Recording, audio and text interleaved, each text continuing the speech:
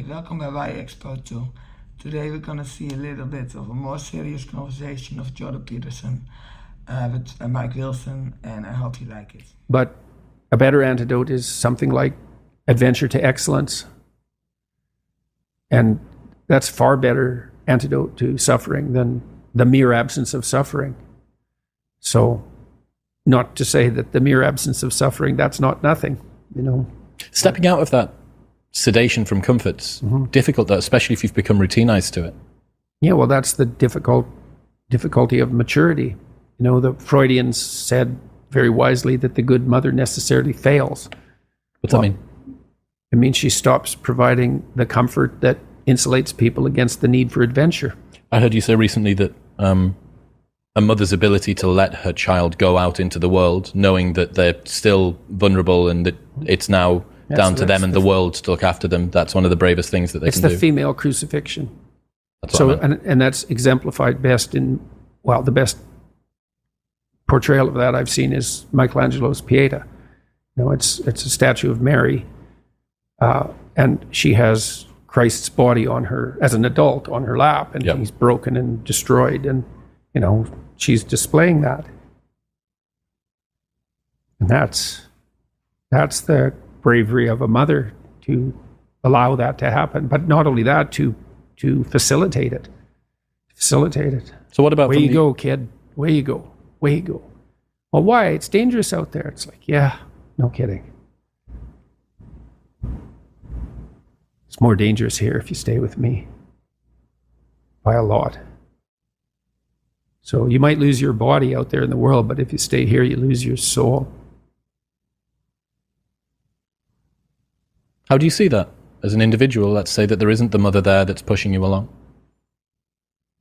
Well, you know, one of the things Carl Jung, was very interested in the Oedipal complex, and that's basically the overprotective maternal. And he criticized Freud for presuming that it was really something the mother did.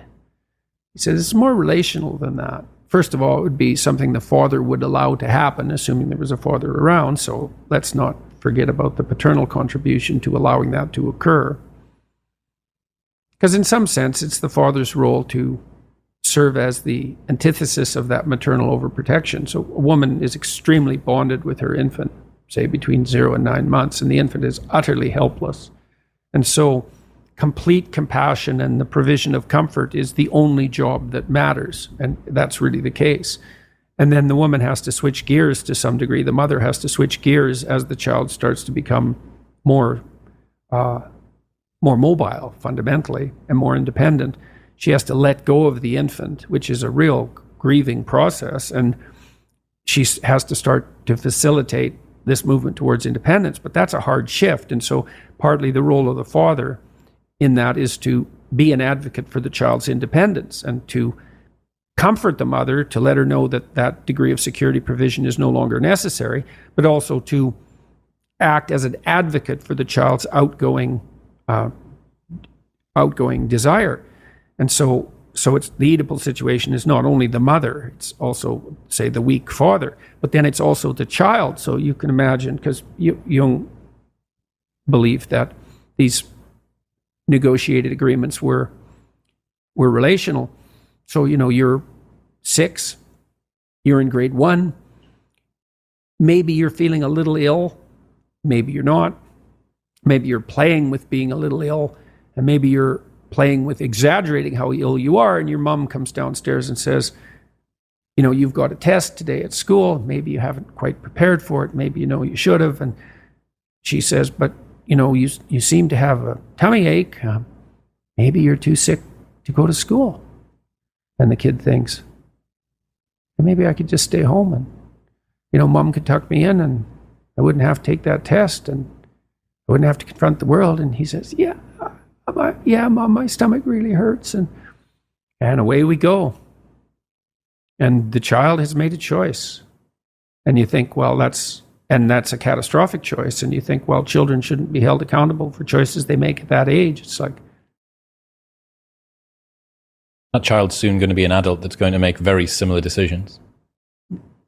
The the choice has consequences, and to be held accountable for that is to recognize purely that the choice has consequences and that it is a choice. Now, you could say, well, 95% of the blame is to be put on the mother, and maybe that's an overestimate. I think it probably is.